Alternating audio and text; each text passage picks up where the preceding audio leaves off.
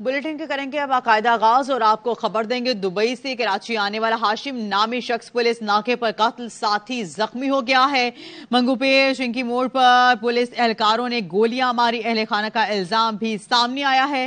AVLC کا ناکہ لگا ہوا تھا، تحقیقات کر رہے ہیں، پولیس کا موقف سامنے آیا۔ مزید یہ بھی بتایا جا رہا مقتول ہاشم 15 سال سے دبئی میں مقیم تھا، شادی کرنے کے لیے کراچی آیا تھا، ماموں کی جانب سے بتایا جا رہا۔ مزید ڈیٹیلز لیں گے عدنان راجپوت سے۔ جی عدنان۔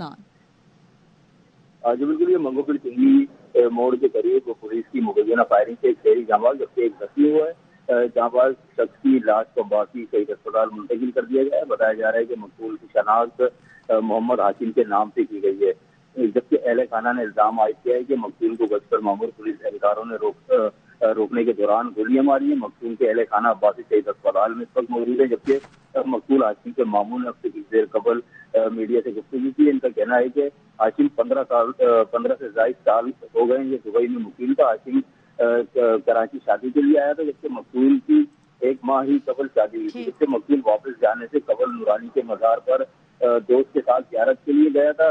واپس آتے ہوئے نہ رکنے پر پولیس نے دونوں پر فائرنگ کی، اور یہ بھی بتایا جا رہا ہے کہ ہاشم نارتھ نازم آباد بلاک ایس خلیل آباد کا رہائشی تھا۔ ٹھیک ہے، بہت شکریہ۔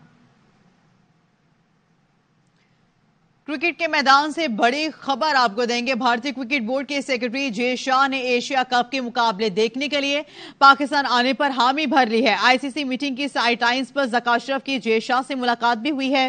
ملاقات خاصے خوشگوار موڈ میں ہوئی ہے۔ پاک بھارت کرکٹ تعلقات میں بہتری لانے پر اتفاق بھی کیا گیا ہے۔ پاکستان بھارت سے زیادہ محفوظ ملک ہے۔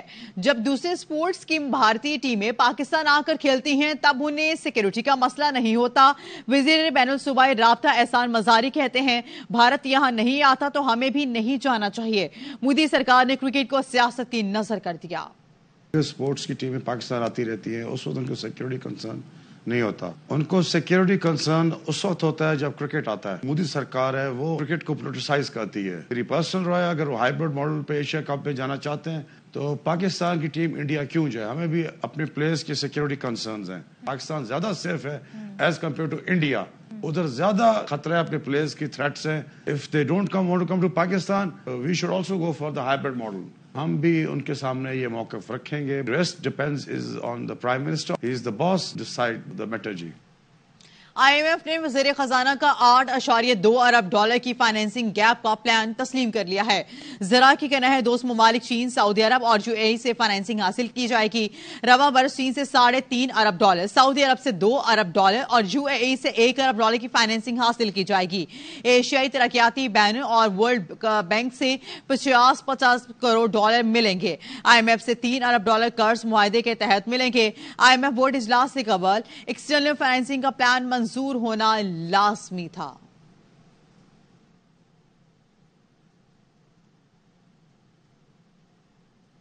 مزید خبریں شامل کریں گے، آپ کو بتائیں گے سعودی عرب سے $2 ارب مل گئے۔ وزیر اعظم نے شہزادہ محمد بن سلمان، جنرل عاصم منیر، اسحاق ڈار سب کا شکریہ ادا کیا۔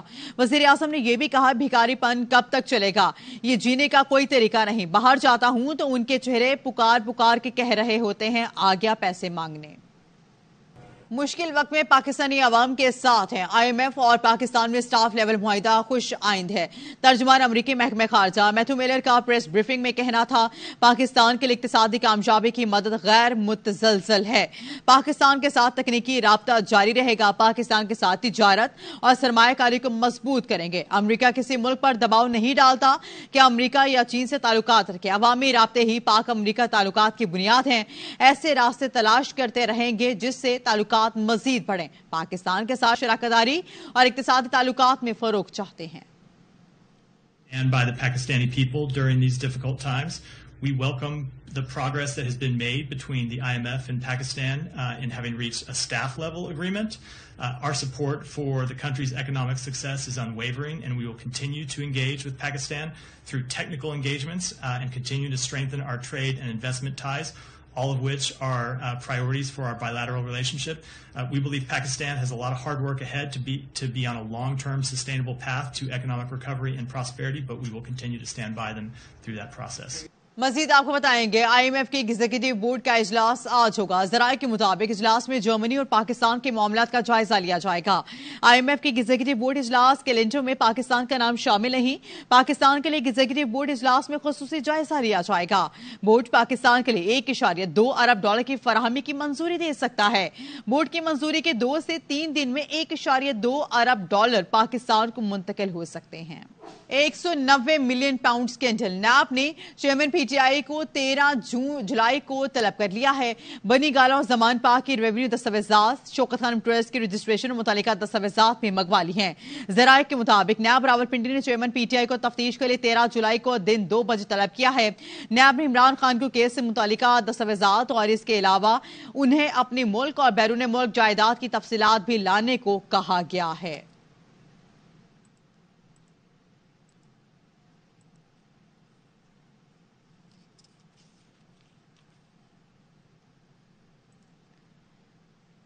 چیئرمین PTI 9 مئی کے واقعات کی مزید 3 مقدموں میں نامزد ہے. گرفتار ملزمان کے بیانات کی روشنی میں چیئرمین PTI کو لاہور کے 3 مقدمات میں نامزد کیا گیا.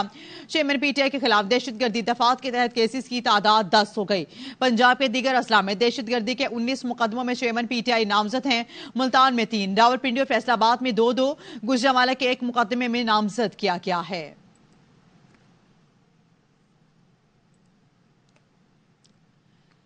سابق رکن صوبائی اسمبلی مسرت جمشید چیمہ کے لاہور میں واقع گھر پر پولیس کے چھاپے. مسرت جمشید چیمہ کا کہنا ہے کہ میرے گھر میں 60 سے زائد پولیس اہلکار اسلحہ سمیت داخل ہوئے. بچوں اور ملازمین کو ہراساں کیا. پولیس اہلکار جاتے ہوئے سیکیورٹی کیمرے کی فوٹیج بھی ساتھ لے گئے.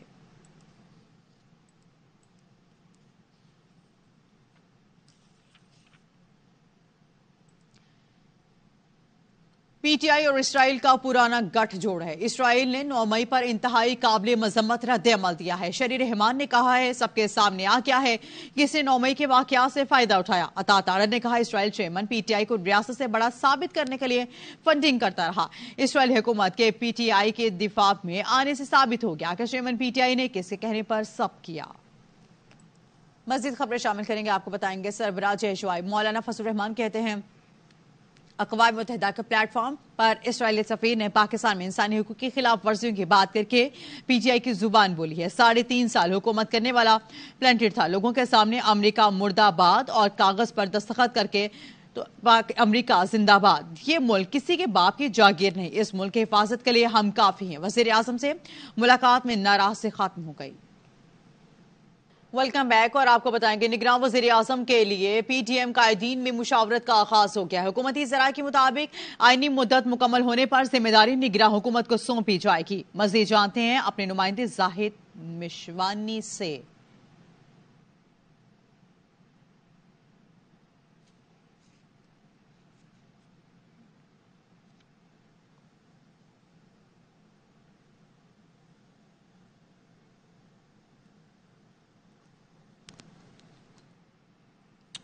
زاہد مشوانی سے ہم رابطہ کرنے کی کوشش کریں گے. آپ کو بتائیں کہ نگراں وزیر اعظم کے لیے PTM قائدین میں مشاورت کا آغاز ہو گیا ہے.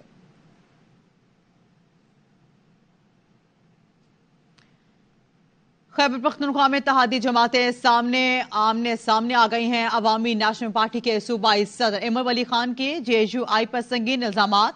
پروگرام علمی تھار میں امر ولی خان بولے گورنر غلام علی مالی کرپشن کے ساتھ انتظامی کرپشن میں بھی ملوث ہیں. نگراں حکومت جانبدار ہے. صوبے میں غلام علی اکرم دورانی کی حکومت ہے. وزیر اعظم سے بھی بات کی لیکن مثبت رد عمل نہیں ملا. گورنر غلام علی نے الزامات مسترد کر دیے. کہا امر ولی کو چاہیے مجھ سے بات کرے. گورنر ہاؤس کے دروازے کھلے ہیں. باری صاحب نے اور شہباز شریف صاحب نے کمٹ کیا تھا کہ یہ پختونخوا میں جو گورنر ہے یہ کرائے گا. اور زرداری صاحب آج تک میرے سے اس بات پہ ناراض ہے کہ آپ کیوں مانیں ان کے ساتھ. صرف فائنینشیل کرپشن جو ہے نا ہمارے کندھوں پہ وہ آ کے اتحادی جو سب شور مچا رہے ہیں وہ کوشش کر رہے ہیں کہ ہماری پارٹیاں توڑے, ہمارے پارٹیوں میں سے بندے توڑے. پختونخوا انٹرم گورنمنٹ بنی ہوئی ہے تو اس کو 2 بندے چلا رہے ہیں, اکرم خان دورانی اور غلام علی. JUI کے پاس 8 کے 10 منسٹریاں ہیں, ہمارے پاس 2 ہیں. اچھا لیکن نگران سیٹ اپ میں تو پارٹیوں کے بندے ہوتے ہی نہیں ہے نا. I'll be very much clear. یہ نگران سیٹ اپ ہے لیکن یہ اس طرح نگران سیٹ اپ نہیں ہے. یہ تو کمپرومائز سیٹ اپ بنے ہیں نا. امر ولی میرے بھائی ہیں, جو لوگ ان کو یہ باتیں کہتے ہیں تو ان کو چاہیے کہ مجھ سے بات کرے. یہ سارا مفروضوں پر باتیں ہیں. تو وزیر اعظم سے بات کرے گا ایک ممبر ہے پارٹی, پی ڈی ایم نے اس کو اپنا حصہ بنایا ہوا ہے. ہمارا دامن پورے شہر اور صوبے کے سامنے ہے. یہ کہتے ہیں پارٹی توڑ رہی ہے. میری وجہ سے ایمل ولی خان کا پارٹی بچی ہوئی ہے, ورنہ ایمل ولی خان کی نصف پارٹی اب شامل ہو رہی ہے.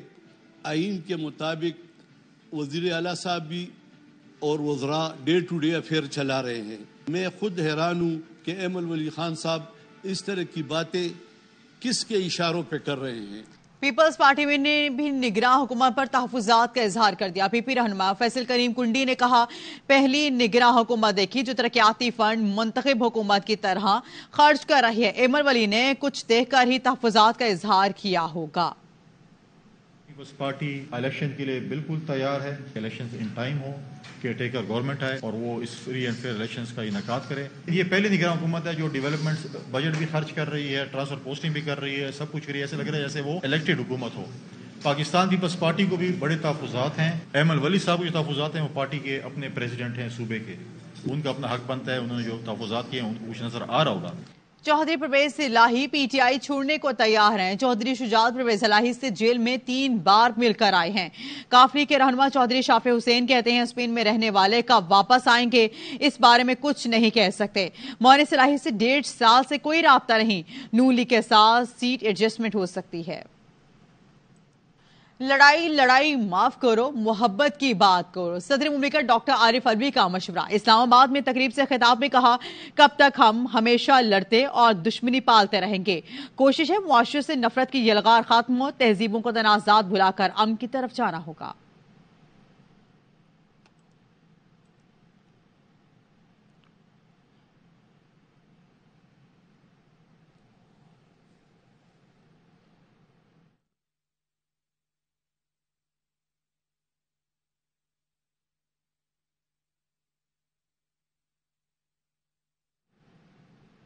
مزید خبریں شامل کریں گے. آپ کو بتائیں گے بھارت نے دریائے راوی کے بعد دریائے ستلج میں بھی پانی چھوڑ دیا ہے.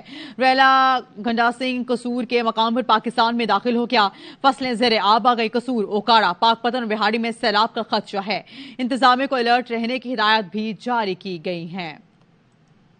مزید آپ کو بتائیں گے چنیوٹ کے مقام سے دریائے چناب سے 1,62,000 کیوسک کا سیلابی ریلا گزر گیا.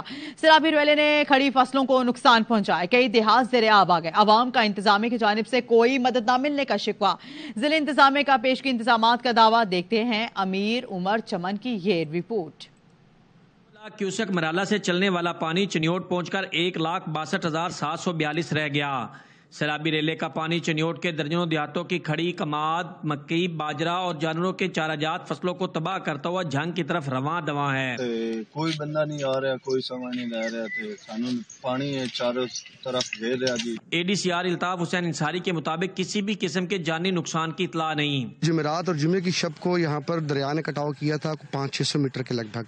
اس میں 6-7 ڈیرا جات تھے, 2-3 اس میں اندر آگے تھے. اس میں کوئی نقصان نہیں ہوا. سیلابی پانی تاحال لوگوں کی فصلوں اور گھروں کے باہر کھڑا ہے, جس کے باعث فصلوں کے نقصانات سمیت انسانوں اور جانوروں میں مختلف قسم کی وبائی امراض پھوٹنے کا خدشہ ہے. امیر عمر چمن, ARY نیوز, چنیوٹ. دریائے ستلج میں سیلاب سے بہاول نگر کے مختلف علاقوں میں زمینی کٹاؤ میں تیزی آ گئی ہے. قیمتی فصلیں اور زرعی زمینیں دریائے برد ہونے لگی ہیں. دیکھتے ہیں محمد احمد چودھری کی یہ رپورٹ.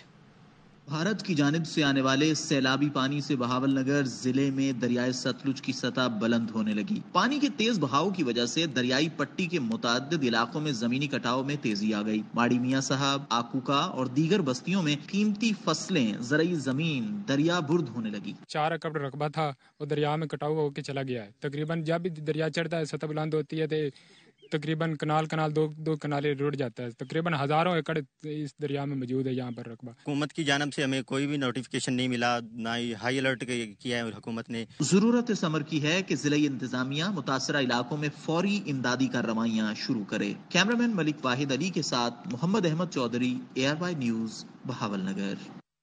کوہستان کولائی پالیس حادثے میں زخمی خاتون دم توڑ گئی ہے, جس کے بعد جاں بحق افراد کی تعداد 6 ہو گئی ہے. جاں بحق ہونے والوں میں 3 خواتین, 2 مرد اور 1 بچی شامل ہے. حادثے میں 4 افراد زخمی بھی ہوئے ہیں. پولیس کے مطابق مسافر جیپ پال سے